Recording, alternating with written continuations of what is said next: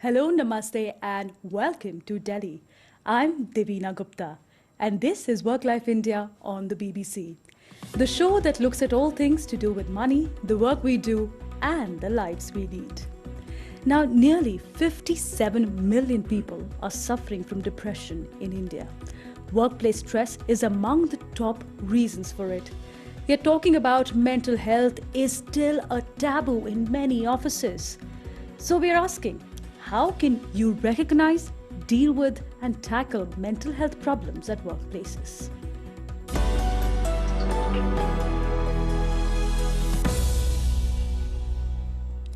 This is a very special edition of Work Life India where we have mental health survivors talking about their struggles at the workplace. Candidly sharing her experience with us is the famous Indian actor Deepika Padukone, who chose to speak about her depression and the battle with it 4 years back. She spoke with me earlier. It's been the toughest phase of my life in many ways, even tougher than heartbreak.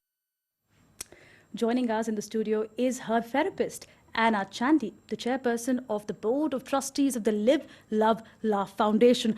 Welcome, Anna. Thank you for inviting me. Thank you for joining us. And just to get the thing started, what is the biggest misconception about mental health problems in workplaces in India? I think there's a myth that depression, anxiety, and stress-related disorders only happen to the rich and affluent. We'll pick on that because we also have Karan, who is a founder of Happy Tute. It is a startup that has happiness workshops for corporates. Karan, what is your biggest challenge when you tell corporates to spend on workshops or for happiness of their employees? Yeah. So the biggest challenge is to convince them that happiness is not fun. You won't have people dancing on the floor, and you'll have a responsible and effective people. That's the biggest challenge. Well, to deconstruct all of it, we also have Deepti Ahuja, who's founder of SOS Sense of Self Mental Health Initiative. Welcome, Deepti, and thank you for coming here because you've had a very difficult personal journey and you have battled mental health illness and faced discrimination at workplaces. Right. Tell us about your journey. I was diagnosed, it was said that I'm on a bipolar spectrum. However, I've still not been tested for it, and all sorts of stigma, everything has actually contributed to me not going for a proper test. Also, there wasn't enough awareness at the time that I was so-called diagnosed. I've been to 3 different workplaces. I've experienced 3 different workplaces ever since that diagnosis, so to say.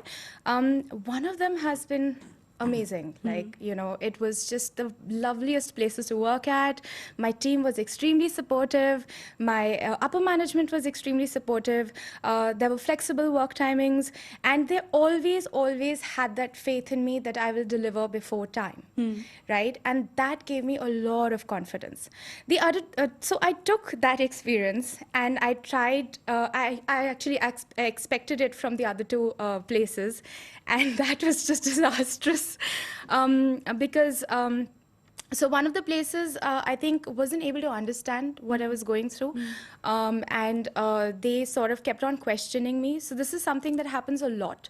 Either I'm othered, either I'm questioned, or I'm put at a pedestal where, oh, you've gone through so much. So I'm never treated like an equal either way, which is something that every mental every mental illness survivor needs to be treated like an equal. Well, thank you for sharing that story, Deepti, because Anna brings us to the question of where does the problem start? In terms of, I think the problem starts with the stigma. And in our country, I think the stigma is part of our culture, and we discriminate. And we exclude not only the sufferer, but we exclude their families too. And therefore, because of that, people who are suffering don't seek help. The families try and hide it because they not only have to bear the discrimination, they also have additional exclusions that they face from mainstream society. And mental health and depression are different from sadness, isn't it? And that's the misconception that a lot of people have. Yes, Because clinical depression is an illness.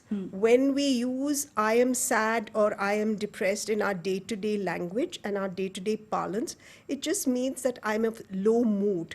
Clinical depression is an illness, it's a mental illness.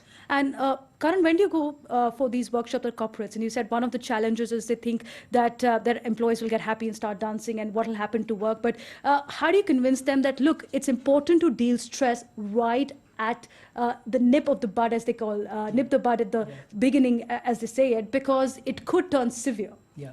So I think now, in my experience, that awareness is already there in the market, at least with the corporates. That stress management has become a buzzword, but at the same time, there is a downside to it. A lot of people have started using it as a fashionable term. You know, if I am not stressful, it means I'm not relevant enough. That's another mindset which people are developing at the corporate world. And is that something that you've experienced, Deepthi? Because then people start treating mental health illness at a very low denominator, where there should be more seriousness attached to it. Because they think that, look, we have employed you, we are paying you, somebody's got to do the job.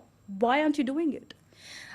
So again, according to my own experiences, at one place, there were things that were made flexible for me. People understood my behavior, people understood my attitude, I understood theirs, and there was a very good, adan pradan, if I might say. Give and take, yes. Give and take, yeah. So it was a very, very good sort of a Right. relationship.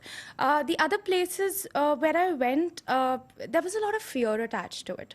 So at the same, in one breath, when Karan, as Karan said, they would say that, oh, I'm so stressed, I'm so depressed. In the other breath, when there's someone who's actually battling mental illness, they would just go like, oh, so not sure if you want to be in the same room with you, or not sure if you'll be able to handle the stress of the work.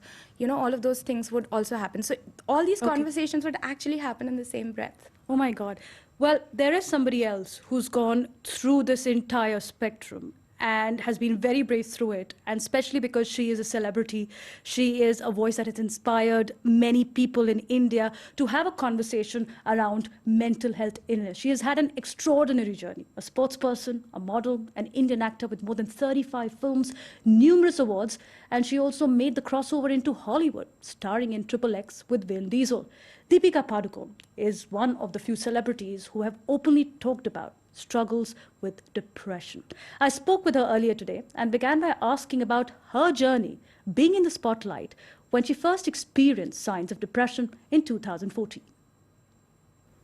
I remember waking up like randomly with this pittish feeling in my stomach. It was the 15th of February, I remember. And it just sort of crept up on me. I didn't know why it was happening or what it was. And it sort of felt weird because it's something that I'd never ever felt before. I mean, when you have a fever or when you have a cold or any other sort of illness, you usually kind of know what it is. But this time it felt different. It felt like something I'd never experienced before, so I didn't know what it was. And just bouts of crying, randomly without any warning, feeling extremely low, lack of motivation, and yeah, I mean, I remember those days like that. I remember it to be extremely dark and just almost empty and directionless, I think, and you sort of start questioning your existence. I mean, that's what I remember feeling at that point. So what was the first time that you were able to accept that this is actually depression? And was that acceptance easy? To be honest, I feel like the biggest struggle for me was not knowing what it was. And I feel very fortunate that my mother was familiar with these signs and symptoms, and she, many months later, while visiting me, sort of noticed these symptoms, and she was the first one to sort of ask me, to pick up the phone on Anna. And when I spoke to Anna, she kind of instantly knew from my voice that I needed professional help. And yes, I think that immediately sort of, I felt at ease. You resisted medication at first. Why is that? Yes. Because I'd always heard, I think at that point it was my lack of awareness, and I'd always heard about how people get addicted to medication or how it would have side effects. But there were days of highs and there were days of lows. So when you start feeling better, you feel like, okay, I'm actually getting better, but that's not how it is. There are days when you think you're getting okay, and there are days when you feel extremely low. So on your low days, you feel like you really need the support of medication, and there are days when you feel better, where you feel like, okay, maybe I don't really need it. So I think it was that sort of pendulum that made, and the stigma that made me feel like, can I trust this thing that I'm putting into my system? What is it going to do for me? What is it going to do to my mind? What is it going to do to my body? Will I get addicted to it? So I think sort of entering unfamiliar territory, I think that was the resistance. But I feel like you kind of get to a point where you're so desperate that any kind of help is welcome. And I think that's the day I started taking my medication. And of course, I think a little bit of talking through with my doctors gave me some sort of ease. And so I think that was the initial resistance. Well, you continued working through this entire period of your life. You were in constant spotlight. You were meeting people, going to award events with a smile on your face. Were people around you who were working with you aware of what's going in? Not initially, because I think I myself was sort of struggling and battling with what I was dealing with and what is it that I was going through before I could even share it with anyone else. Once I accepted it is when I told a few people around me, and I instantly felt better because I felt like I wasn't hiding anything from anyone. I felt like I was being honest, and I felt like I was being supported. You've inspired a lot of people to talk about mental health illness in India, and a topic which was taboo for a long time. Did you experience any backlash when you made depression a public statement? And when you came out with it, was there a risk for your career that you're putting yourself into? So at no point was there any sort of backlash. There was one sort of negative article that I read, which a very popular and famous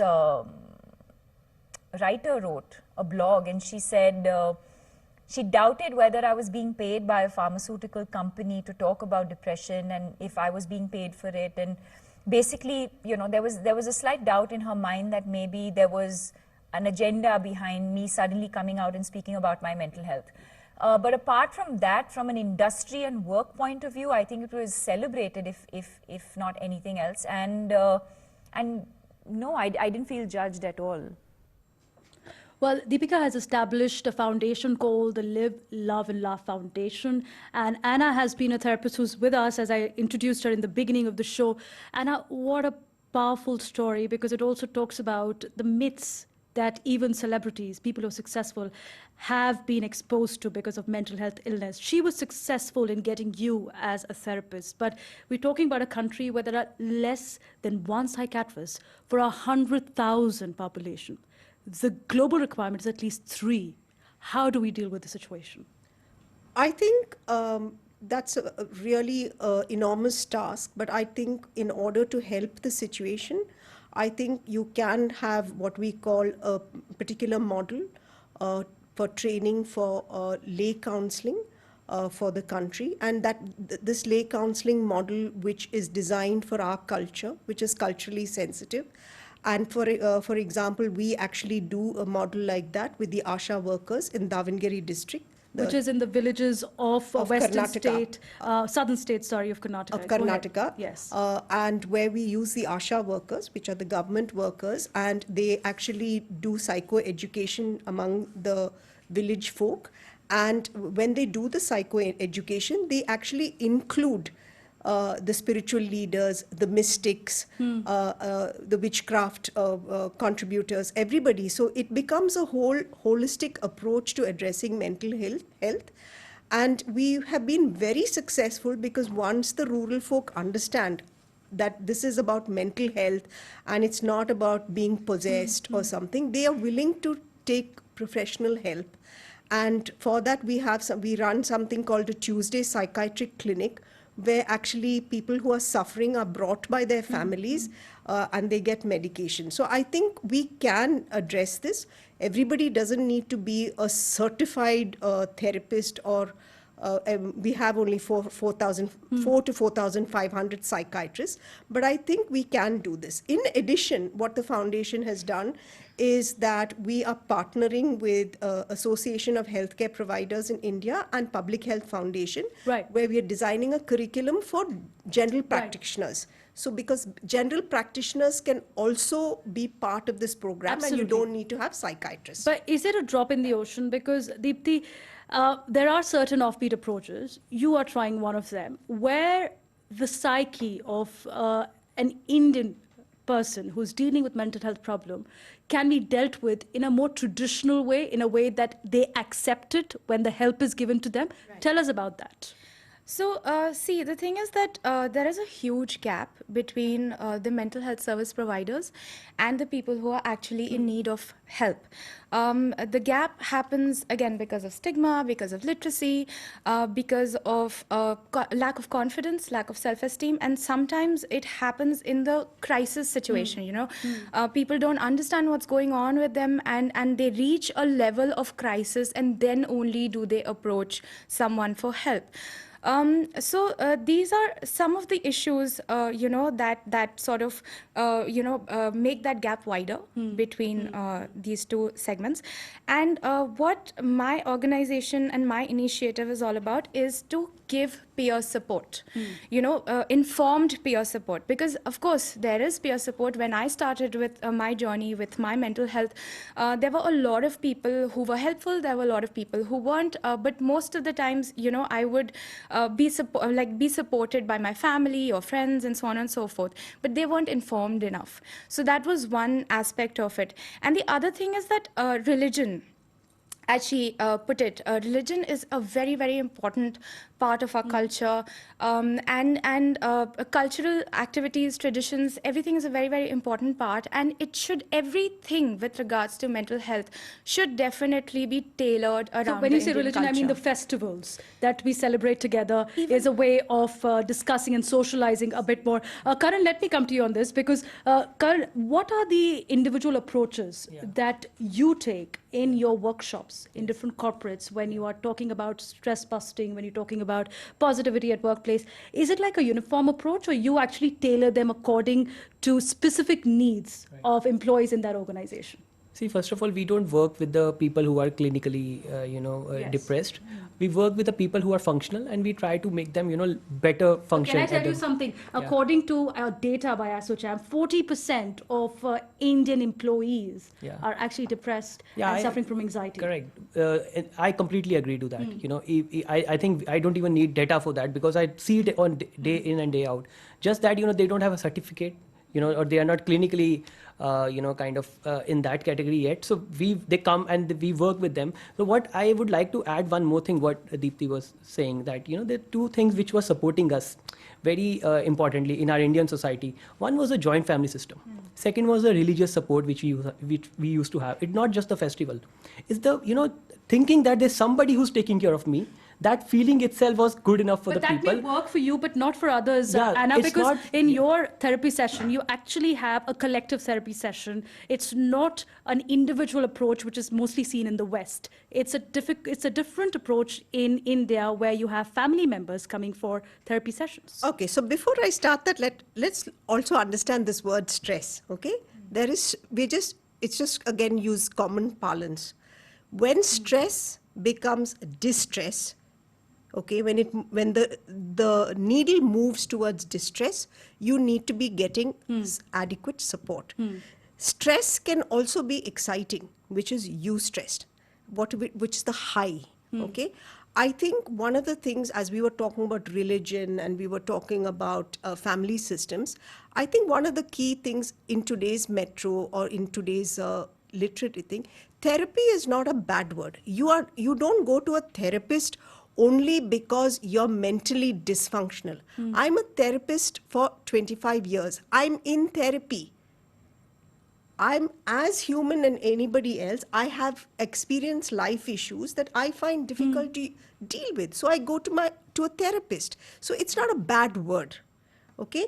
And actually, therapists internationally, therapists also take therapy. These are all, we need to normalize this in India. Definitely. And also taking therapy sessions, because a lot of people, Deepti, at workplaces often make excuses. They would say, I have a stomach ache or I have fever.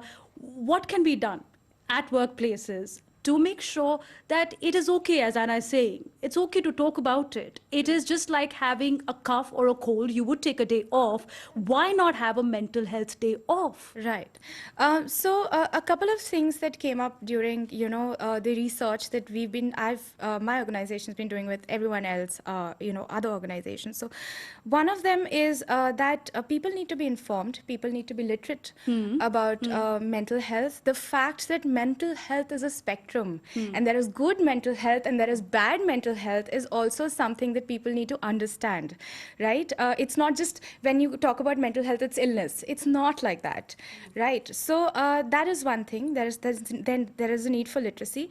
Another thing is there needs to be some measure that needs to be taken to eliminate alienation, which is something that we were talking about earlier. Right. That say, for example, I am okay, so I have a knowledge that there are mental health services out there, and people are doing something, and there's an Insta post that I do because it's fashionable to do that, right?